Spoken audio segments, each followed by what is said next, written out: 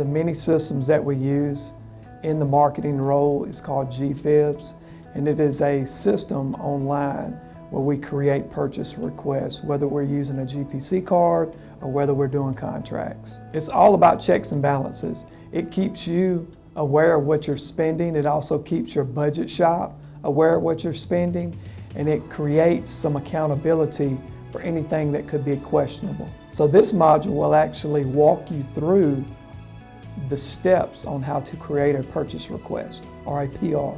Each month you will create a blanket purchase request for your GPC card, which is your government purchase card, or you will create a PR for each one of your purchases depending on your state SOP.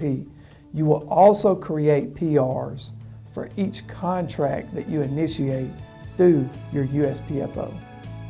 So for each contract that you submit through GFEBS, you will upload documentation, and those contracts are dependent upon your state SOP, which could either be any purchase over $3,500 or any purchase over $5,000.